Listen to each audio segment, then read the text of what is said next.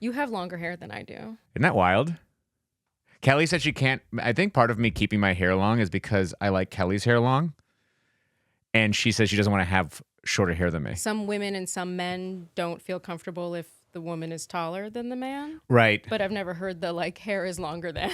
Well, brand new problems to be brought up in couples therapy. I feel like that's one where the couple therapist would be like, okay, this is kind of. So what's the underlying issue? Kind of non-issue here, huh, guys? Do you have real problems? 5, 6, 7, 8. We got Big Theater Kid Energy. Hello and welcome to Big Theater Kid Energy, your least pretentious podcast. My name is Ryan Garcia and I am your host. And I just went and saw Kid Gloves, a new musical comedy playing at Skylight Theatre through February 15th with my guest, Ashley Clements. Hello, Ashley. Hi. How are you? I'm good. How are you? Good. Thank you so much for going to a show with me. I mean, you could not have asked me for a better, I was going to say favor. It's not a favor. You invited me to theater. Yeah. And then you want to discuss it with me as a fellow artist. Yeah. I love these things. And you like theater. I love theater. I didn't realize this until doing just the minimalist amount of research on you, that you have an MFA from the Old Globe, San Diego. What is it? University of San Diego? Mm-hmm. That's unbelievable. I didn't know that. When did you do that?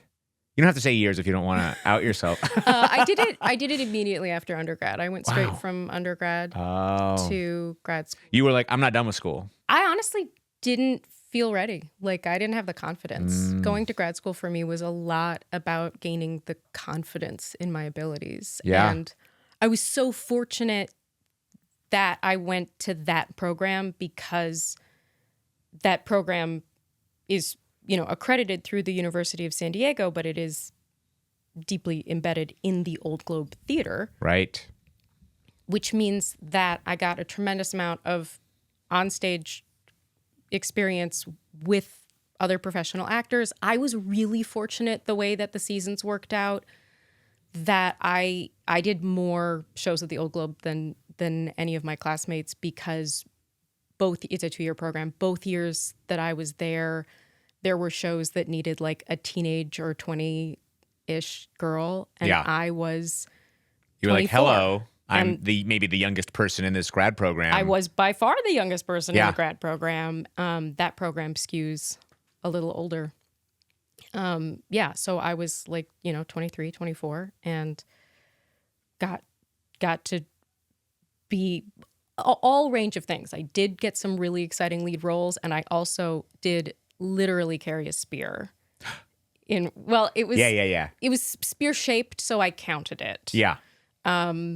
It didn't have a pointy end, but it was big and long. Have you always been, when I think, oh, Ashley Clements, I always think so grounded, so focused, so thank you. evolved in the way you're very intellectual. Were you always like that, or did grad school help shape that part of you? Did it help foster more of that? I mean, it definitely fostered it. I think I was always like that, and it made the Old Globe a good fit for me, because it's a very classical-based program. It's very Shakespeare-oriented. Obviously, you do a little of everything, but the philosophy of if you can do Shakespeare, you can do anything. Of course, then you move to Los Angeles, and I remember one of the first agent meetings that I ever had with some little joke of an agency. Yeah. And I say that because their office was in a loft, and they asked me to do an audition, and we were in this upper level in the loft, but the entire office was open, and there are people on the phone. No. So distracting. That's not okay. It was awful. All I could really think enough to do was say the words. I had to concentrate so hard on tuning everything out. I don't know how they came out.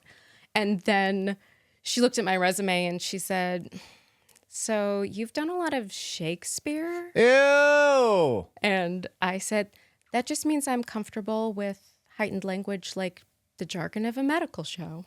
Yeah. Have some imagination, agent. Can I tell you, that brought up two memories for me. One very recent and one very long ago. don't know, very long ago, but I did move to LA in 2010.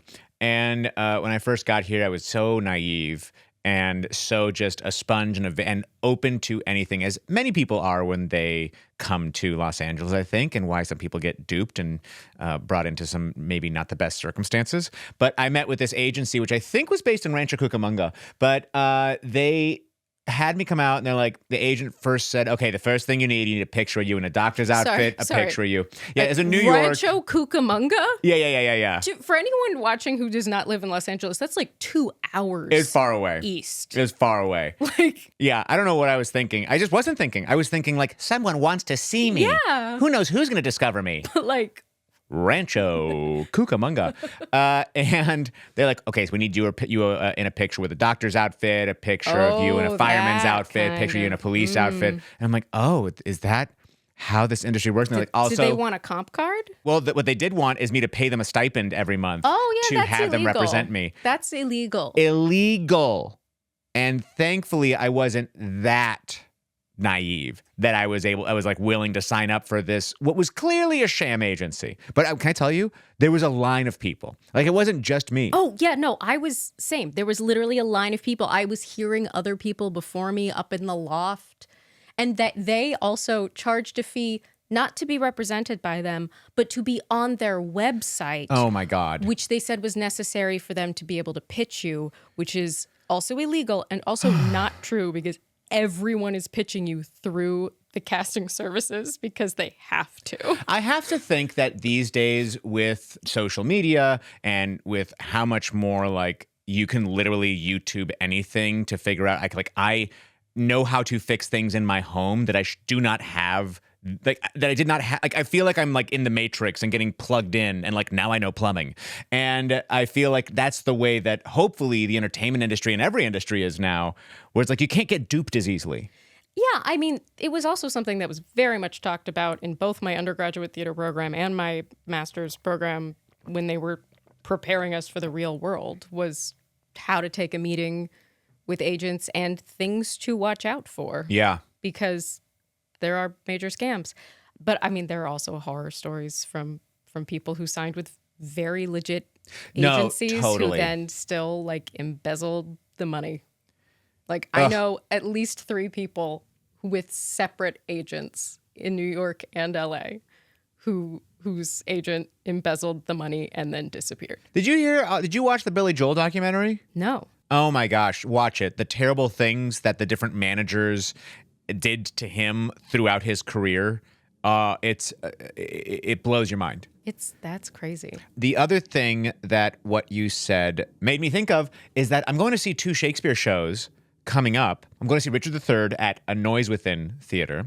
And I'm also going to see Hamlet with Eddie Izzard. Ooh. A one-person show of Hamlet. I'm a big Eddie Izzard fan. And until this moment, I was like, God, it's been really difficult to find the right guest to bring to those. I luckily did, but who knew? I had the right guest right here all along. I mean, it's also true that I haven't done any Shakespeare since I graduated from grad school. So yeah, but you have I invited one friend, and that friend was like, I was like, hey, do you want to come to this? And it's like, if you want me to talk about how much I hate Shakespeare, sure. I'm like, okay, no, not you. Okay, so both of us have worked on a couple of projects together. True. Web series is also like a place that you like cut your teeth in a big way. Yeah, I mean, it's funny because when I was in school training to be an actor, that didn't exist. I didn't realize the Lizzie Bennet Diaries, wherein you played Lizzie Bennet, did that win an Emmy? It did. And did you win a Streamy Award for Best Actress? Yeah. Oh my gosh, that's so cool. It's so funny to like talk to a friend I've known for years. Yeah. But it's not something you like what. But this tells you a little bit in person. Let me tell you a little bit about Ashley. Ashley's not walking around with her awards. Ashley's not coming in being like, excuse me, but Crafty needs to be closer to my trailer. We have trailers now in my imaginary version of these web series. What trailers?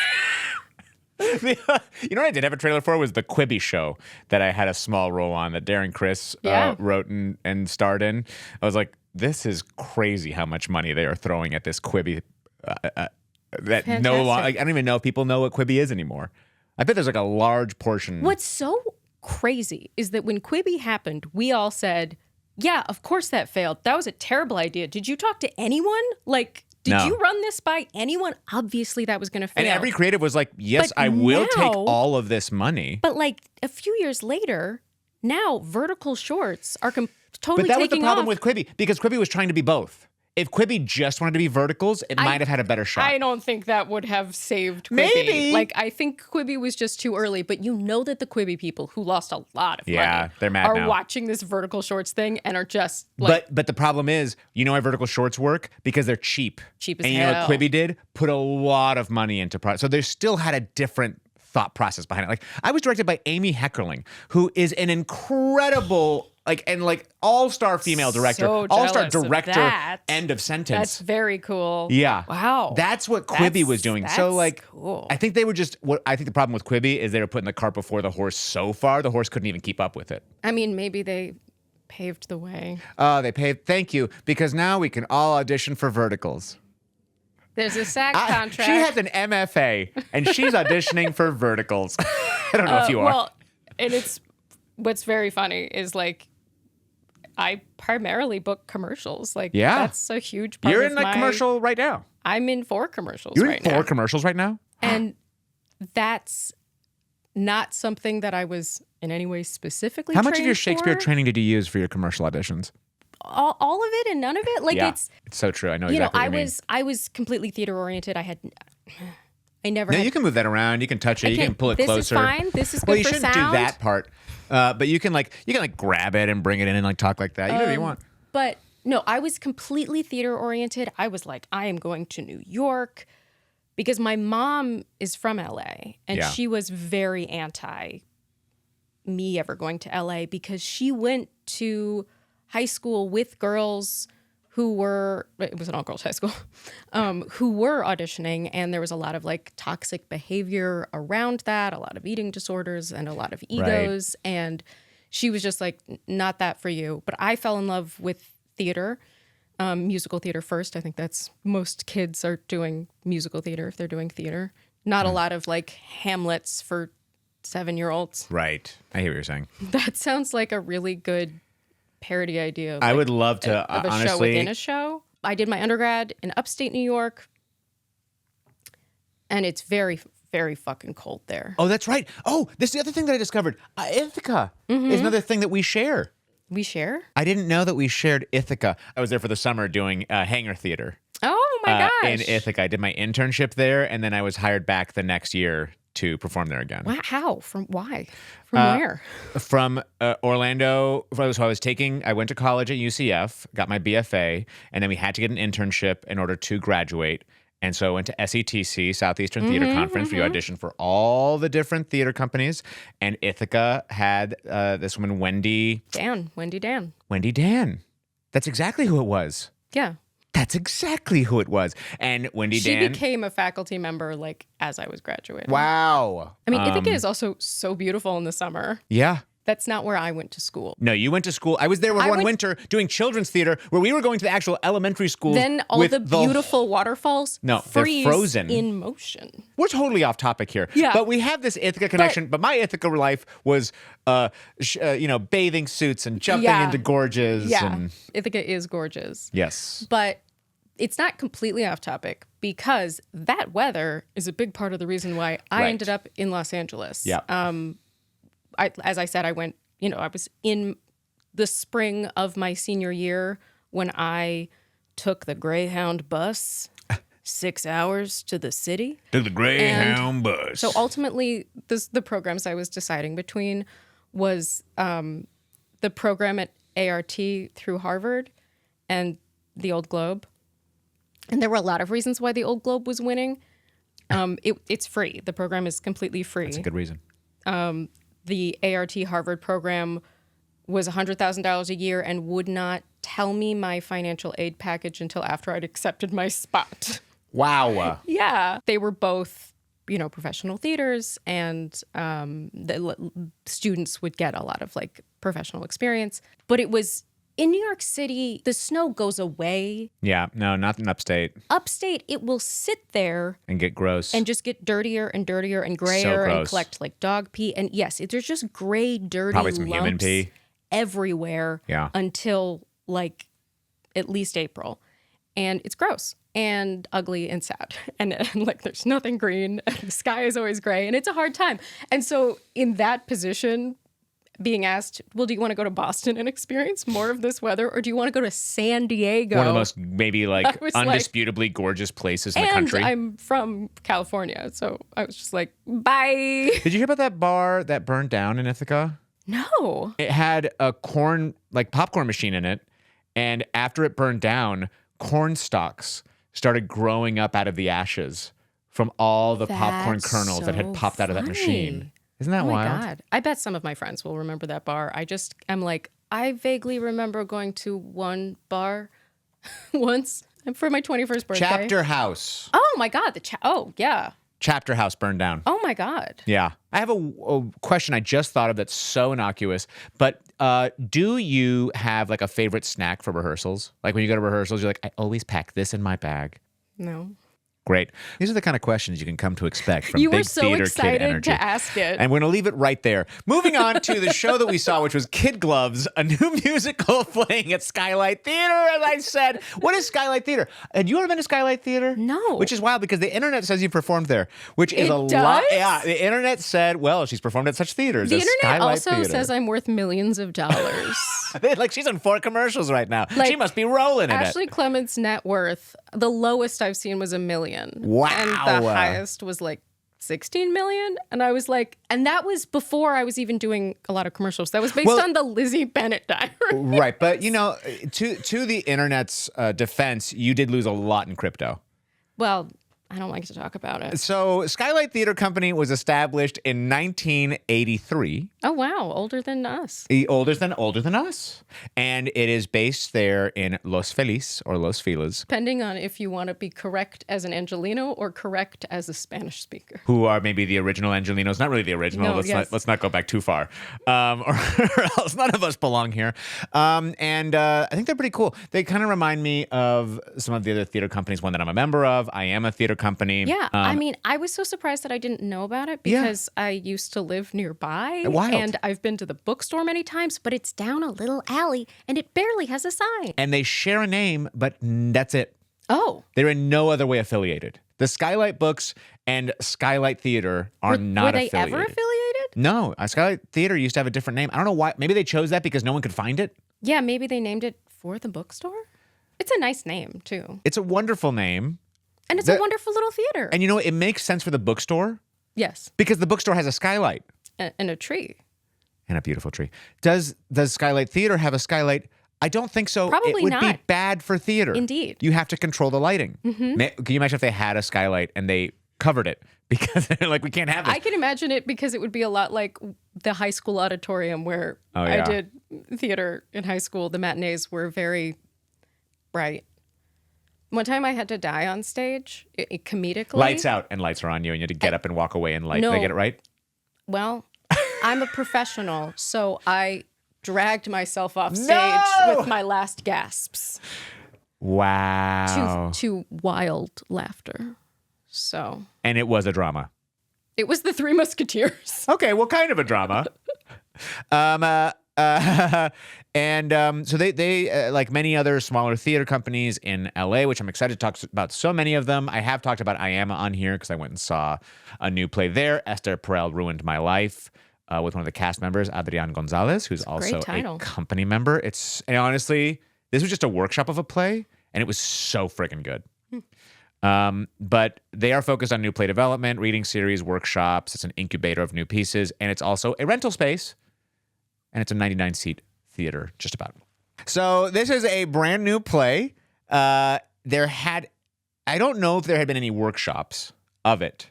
Yeah, I wish I knew. From one person's, from Harry Murphy's bio, I learned that it had been many readings of it.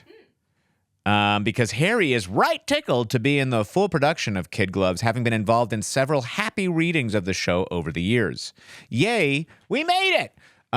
So there'd been a bunch of readings of it, and this was its first full production. And usually that's not what happens with a musical. Usually a musical goes through the readings and then goes through a workshop of some kind where there's like a director heavily giving notes, actors giving notes, writer giving new pages all the time. Right, but not a fully mounted production Right. with all of the expensive production elements. Which is wild that it went through Skylight Theatre as the rental, and Skylight Theatre has this program where they do those workshops.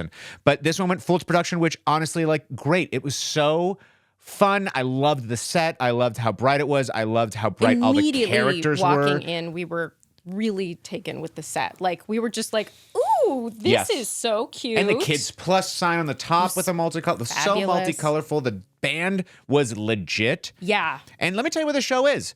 It is called Kid Gloves. It's about children's hands. It's about all children's hands, and if the gloves don't fit, you must acquit that kid. A group of children's entertainers compete in a reality TV competition for their own show, but backstage, jealousy and cutthroat ambition erupt in chaos. Result in vomiting. Yeah, there was. There was some vomiting. There was vomiting.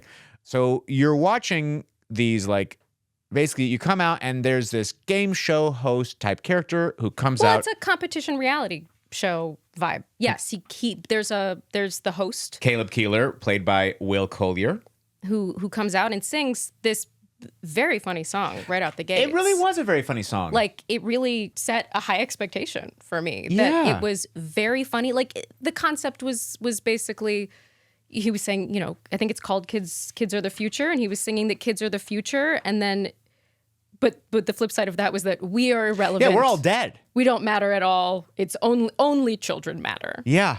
Which was very funny and surprising. It was a great primer. I was like, oh, I get what this show is, and I'm so excited. And, like, then the comedic tone was set really nicely. And then we introduced all these wonderful characters. Like, the cast of characters was great. And the three judges all had, like, strong careers as children performers. And they were the ones to decide who was going to have their next, or not decide, they were going to be the ones to help give context, because the audience decides in the show who was going to have their own show. There was a reality TV element to it where I kind of felt like there was always going to be cameras on them in a sense. And this show took place heavily on the stage in front of the audience, and then also a transition into backstage. And it went back and forth between those two scenarios as we got to see who all these children performers that were competing, as well as the judges and the host, who they really were when the cameras were turned off. And then it also had some confessional moments, which felt very Christopher Guesty. Almost like leaned into that world of them improvising of like, oh yeah, well, we've been together for now. How long has it been? Wow. Yeah. And the kids where, so like that was another element of the reality show that was brought into it. In reality show, those segments are called talking heads. Very nice. Very nice. Thank you. I also very briefly worked in reality television. In what capacity? Basically the lowest thing on the totem pole, which is logger transcriber. Oh, wow. So there's no script for a reality show. And so the editors don't have anything to go on other than watching all of the footage. So to basically save the editor's time, loggers and transcribers, you do both, but they're slightly different, make a script of everything that they watch it all and make a script. So in a talking head section, also, they would call them over-the-shoulders, which was confusing because that's not what an over-the-shoulder is. Right, over-the-shoulder is actually showing the shoulder of the character you're talking to. It was OTS was what it was They always would call marked it OTS. at, and I was like confused. This is not what an OTS is. That's a clean single. Those had to be transcribed verbatim, including every and stumble and whatever. And then logging is for the sections where I was working on Top Chef, so the sections where people are cooking and blah, blah, blah, and I would have to describe what was happening and while you're constantly inserting time code so that the editors can go find things that they're looking for. Another job lost to AI. Anyway. Yeah, so that's the whole show. And then throughout the show, each of these characters will come out and they'll do one of their signature songs. And as the show progresses, things continue to go awry because each of these cast of characters are being targeted and there starts to be sabotage elements. Sabotage is the word, yes. Yes, people, some stuff happening with their props, their food, their medications. Their coffee, their dolls. Yep. their marriages. Yep. And it all comes to a head at the end as we see backstage a full blown out fight between all the children's characters, all the children entertainers. And then they have to go on stage and get announced the winner and who's changed relationships. What have we learned? And that's the whole show. That's the show Kid Gloves. Yes. There were like that first song. I'm so glad you reminded me because it really did set an incredible tone. And there were so many funny moments and elements that came through the show. Our friend Joey Richter, big part of the show. Fantastic, of course. Never doubted it. Nails this. He's big in the indie kid scene. The kindie rock scene. Thank you. Which is kid indie rock. It's honestly a great name for it. His name's Jackson Landry, with his girlfriend, Vicky DeMarco, who comes along with him. He's not very nice to her. No, he is not very nice to her. And also the woman who played Darla Darling, Natalie Lander, had so many really, really funny moments. She had one moment where she talked about the butterflies. I think it was her like the school mascot. Yeah, and then she did like the... Really good bit. Really, really good bit. It was honestly some of those like... It was the tongue-in-cheek, understated bits that worked the best for me. That opening song where, like, with a smile on your face, you say, well, all the adults are basically dead. We rely on our children. Like, that kind of joke. The not winking. Yes, at the just genuinely like, go butterflies. It was also the song that this couple they had like watched The Wiggles and like, we can do that. We're in our 40s. And why don't we start a thing? And they sang a song about how much kids love balls. And that one also, like they weren't in on the joke. Every time the characters were not in on the joke that was happening, I thought it was most successful. Absolutely. Absolutely. And I think that those were the strongest numbers. And the reason that I was really remembering the opening number is because that tells me that the whole show has the possibility of the potential to be that good. And I think the concept is great. Yeah, it's a fantastic concept. And the actors were wonderful. The setup and it's all just like right there. And then I think there were just we talked about how it's actually not really a musical as much as it is a play with music, because all the songs are, as you said, and the way I talked about it on Stereophonic, I had to look it up, but someone who has an MFA already knows this word. It is diegetic. I learned it only a few years ago, and I'll tell you why, because I didn't even mention this. So I have a Patreon. Yeah. And for fun, because of my own interest, I started, I think, over 5 years ago now, I started a show about the history of Broadway musicals. Mm-hmm. So wow. I have basically done like a thesis length research project once a month for the last 5 years. Wow. On Broadway history. So like I am so full of unnecessary facts about Broadway musicals. Including the last 5 years? Sure. Okay. Well, you said it, so I was just making sure. Oh, that's true. God, how did I even miss that? I mean, did you catch that our Christmas card was a last 5 years reference? Nope. But I'm not the best theater goer. That's why I'm doing this podcast, to be better at it. No, I just also like, there's so many lyrics and... Right. But now, so why don't you describe what diegetic means for us? Diegetic means that the song is being sung in the show in a way in which everyone is aware that they are singing a song. Right. As opposed to musicals where, you could kind of say that most musicals exist in a fantasy world in which people burst into song. Yeah. In this case, it was only ever when they were like on camera doing a performance as like, this is my song to audition, except for one case. And then they really drew attention to it because they were like, well, we have a song Right. about that. We can't actually allow these From people our- to sing a song from their our heart. After Bedtime album. Right. And the band knows our full catalog. So how about it, guys? And I was Right. like, just sing the song. Yeah. We have been listening to singing for the last hour. We are fine Yeah. with it. We accept that you might just sing a song and the band might just start playing. Like, Right. you don't need to draw attention to it. It's doesn't kind of be primed in that way. in this show, we don't really learn about the characters through their songs. Right. We learn about them in spite of their songs. Right. Except, Like the songs are the veneer they're putting out there, and then we learn who they are when we're behind the scenes and all the cameras are off, and then we Right. get to see the real them showcased. And I think there were a couple things that I guess it left me wishing for was either that all of the songs are double entendres, have more underlying surprising messages, are off-putting, that we're all kind of like, wait, what are you singing about right now? Or that, sure, we see from each character, we saw multiple songs of their children's of their album. auditioning. Right. And I would like to have seen, maybe we break away and we get to see them actually singing their feelings or their thoughts, because we had a lot of big feelings and explosive moments that were like, you've set us up that we're in a musical. Yeah. We have a band right there, like you were saying. Yeah, I was looking at Joey's post and he referenced, like, you know, Spelling Bee meets Death to Smoochie meets something else. And I was like, but in Spelling Bee, right. every one of their songs, we learn about the character. Right. And some of their songs are kind of like freeze moments, and we get to go into their psyche, like when the one who writes with his toes, or the one who's like, he's got his parents out there, he doesn't feel very smart. The one who goes into a trance. Yeah.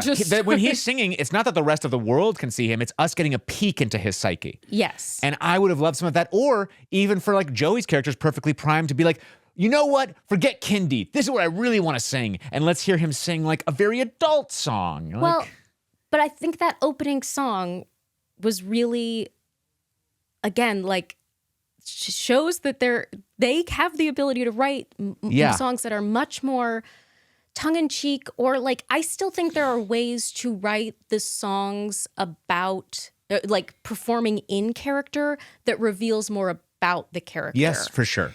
And I think we could still have the reversal of the contrast with the behind the scenes characters. Yeah. But like, I was thinking about Joaquin. Yeah.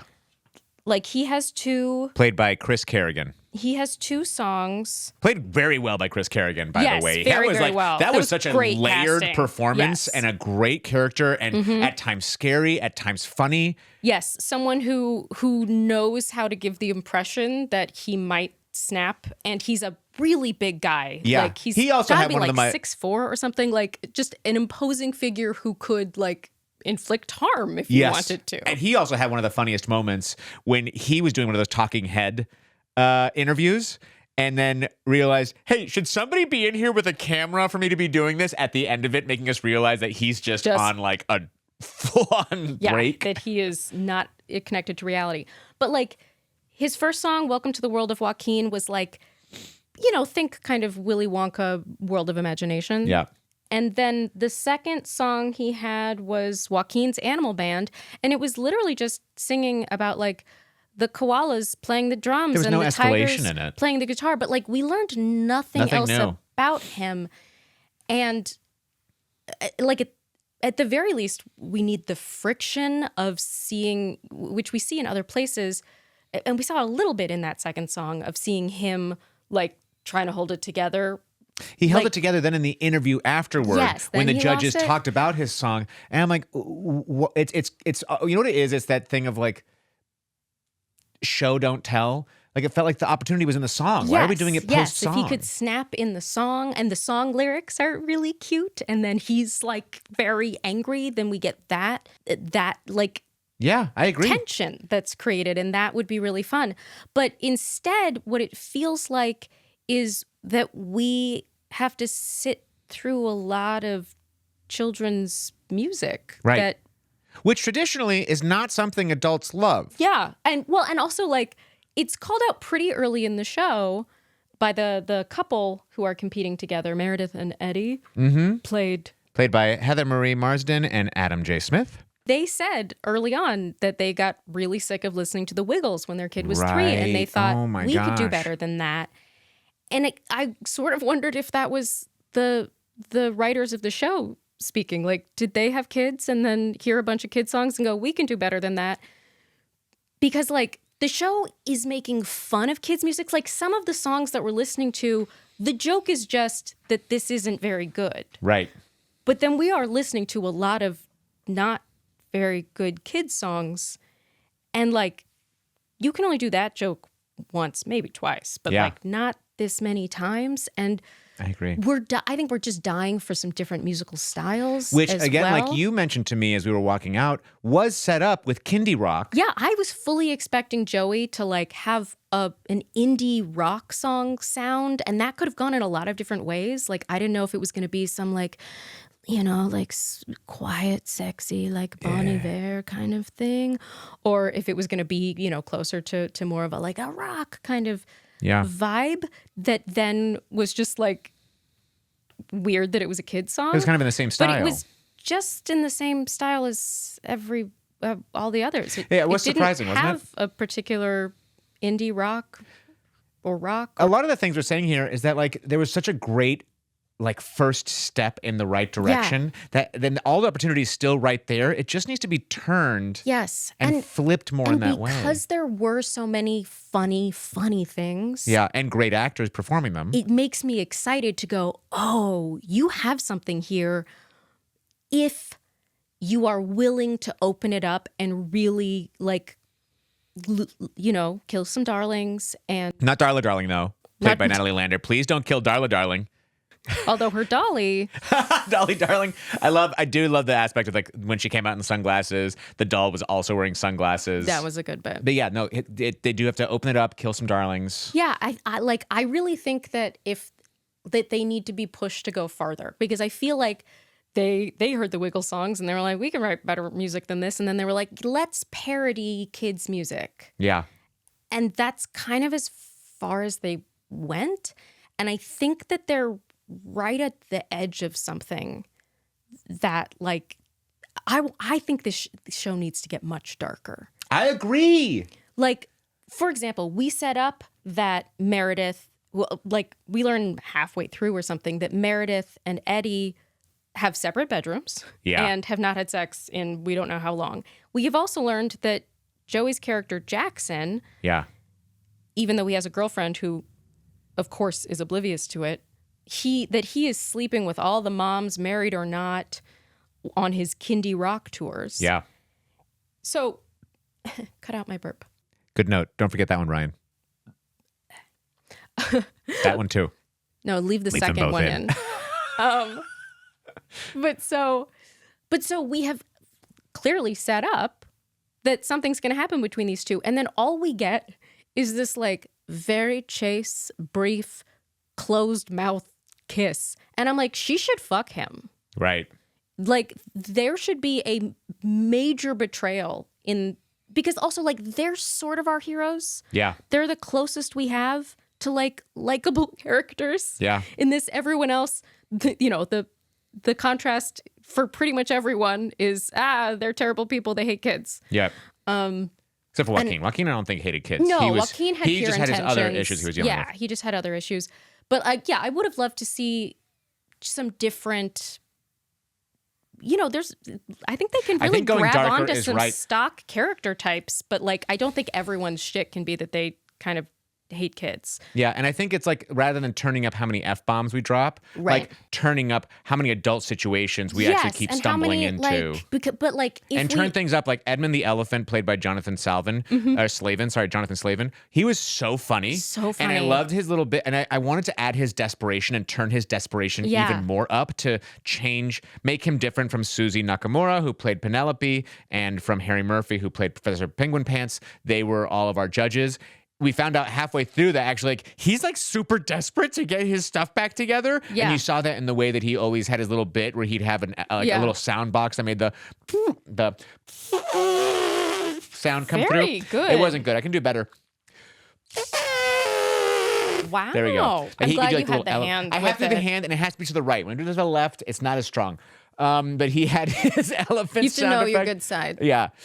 He had his elephant sound effect he would do. And I wish we knew, like, how desperate he was and turn that desperation up. And how far can that take us to what he's willing to do to get what he wants? Yes. Like, it's all based in the characters they already have there. And that really felt like an actor making great choices because there was a part where he had to announce on the show that he was doing some like casino appearances. Please come see my casino show. Come see me at the such and such casino. Like he was practically crying. It was so funny because the dramatic tension created by saying something in a completely different manner. I mean, I don't need to explain acting to you, but like that played so nicely, and I think just more of that throughout the show.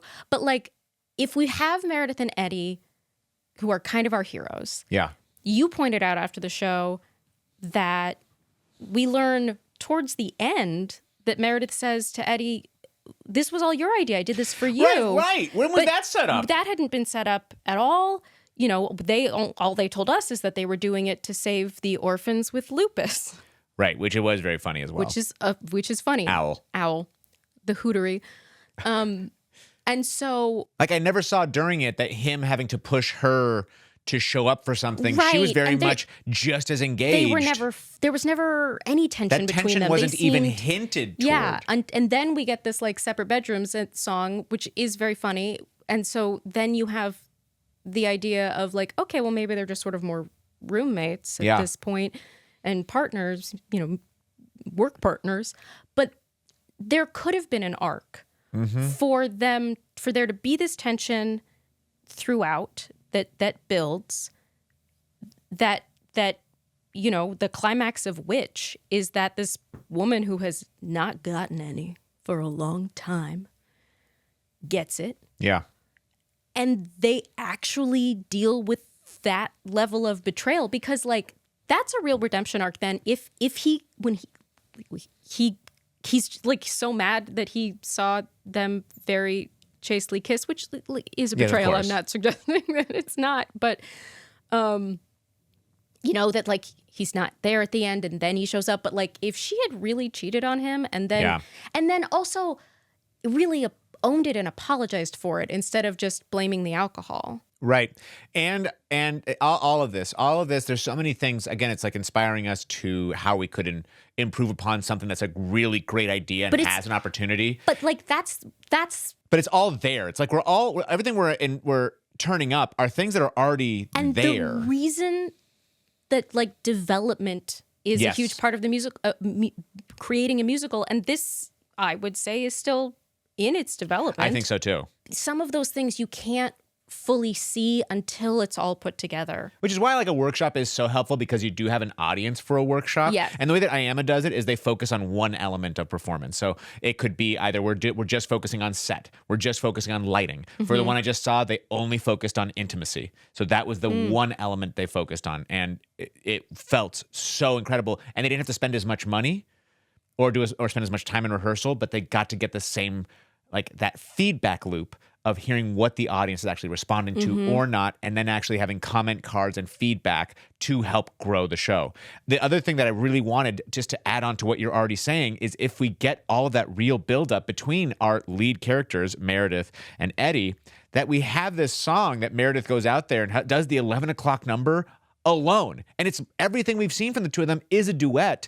I want to see a duet that's missing half. Yeah. I want to see her singing and then there's no response. There's another and then missed singing opportunity. just a boring harmony because he's supposed to be there, and how like embarrassing and alone she feels. And then but then it would also be when funny. He comes, it would be poignant, funny, at the same and sad. Time. And then it give him a real drive to come and join her, because he won't let her fail like that. What they did was actually have her Sing 11 o'clock number be a solo. beautiful solo that he then came and reprised with her. I wanted to see him be like, I can't I know she wronged me, but I cannot. She did show up for me. She's finishing out this thing that she didn't even want to do. And that to be I fair pushed to her, towards. we have not had sex in And however it was many my years. idea to have different rooms, and it was my idea to come on this show, and I'm trying to save our marriage, and I won't let her die up there. I'm going to join her. And then, like, how much more? I feel like that would be almost tear-jerky and beautiful. Sometimes people, when they're like making a silly, funny show,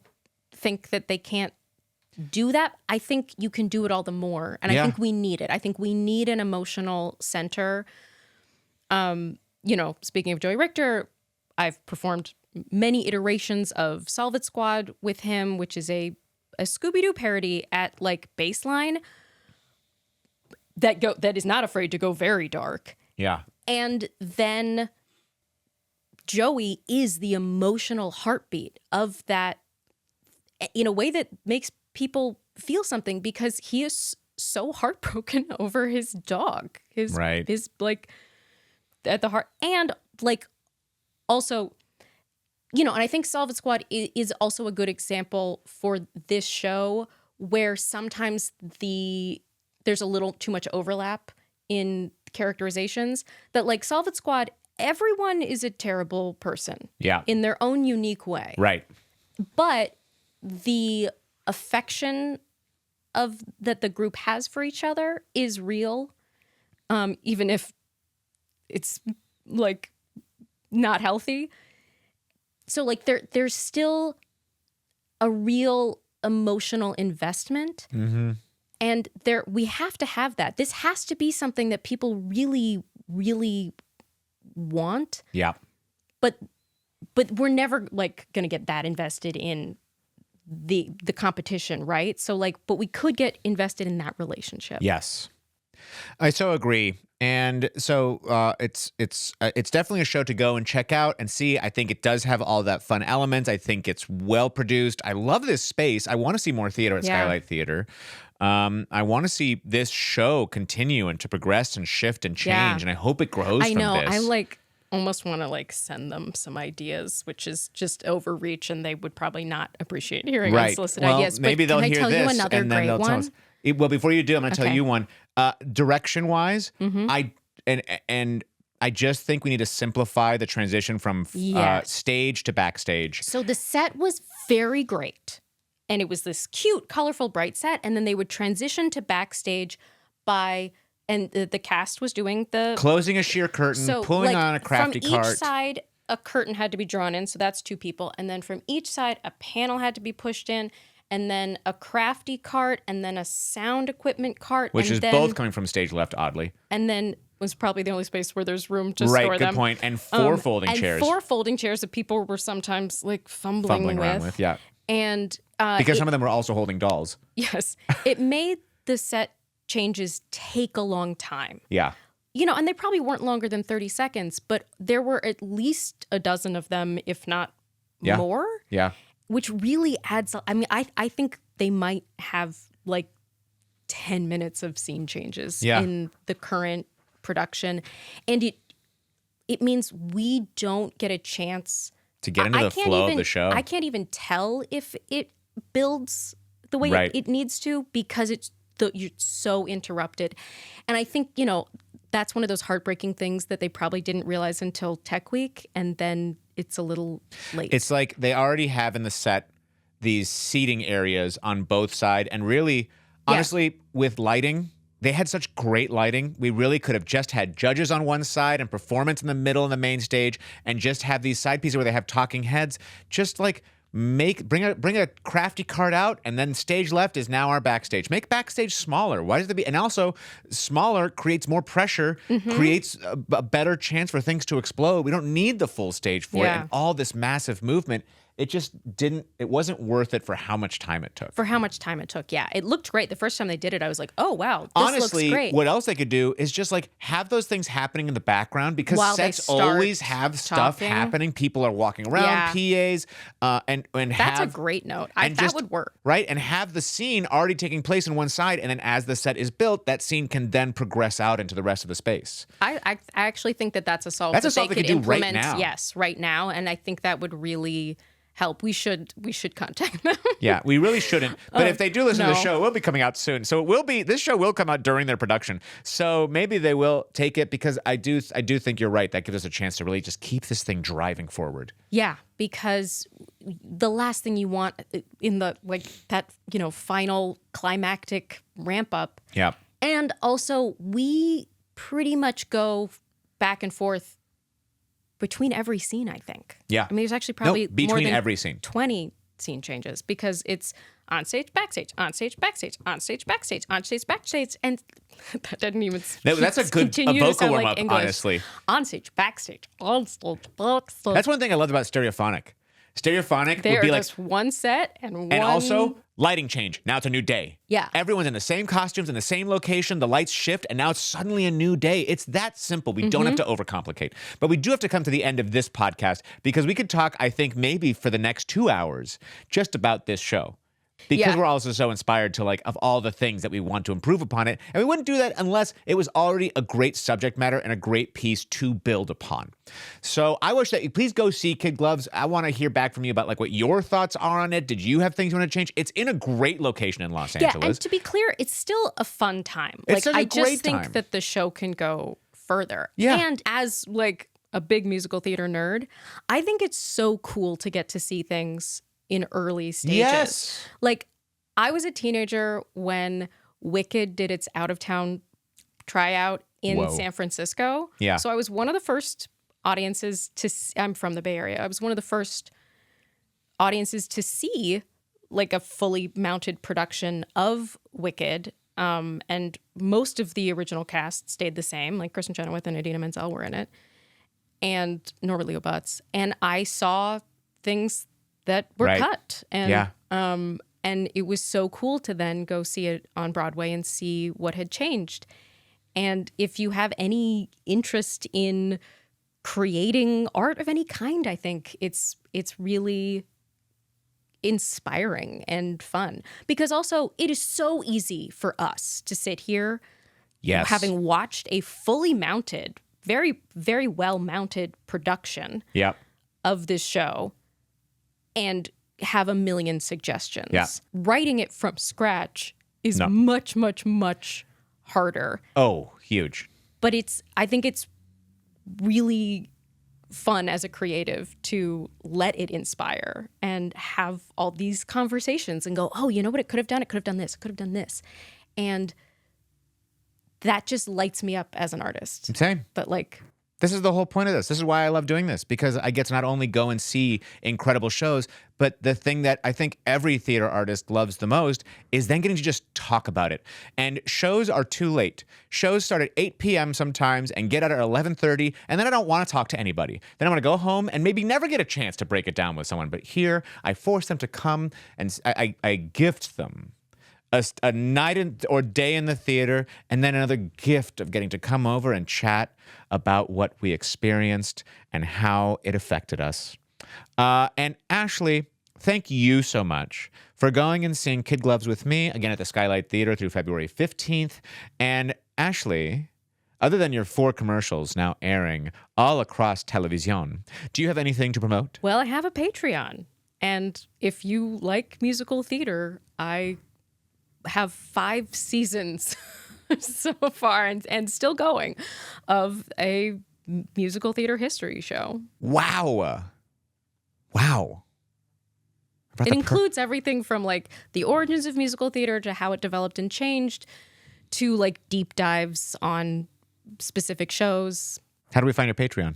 Patreon.com/Ashley Clements. How beautiful is that? So simple, so perfect, just like Ashley Clements herself. Thank you all for watching and listening all the way to the end. Please always let me know if there are other shows you'd want me to see, other guests you want me to bring along with me, or other segments you want in this. What's the favorite food you want at a rehearsal? I think that one really took off. We're going to keep that one around. Anyway, come back, and I'll see you later. Love you. Bye. We got big theater kid energy. Look out, we project, we sing out, Louise. Never market, always go full out. John Patrick Shanley never had a doubt. Our voices are warm, fan kicks are high. We've got perfect form. We say, thank you, 5. Grab your prop, charge all the glow take. Curtains going up. 5, 6, 7, 8. We got big theater kids.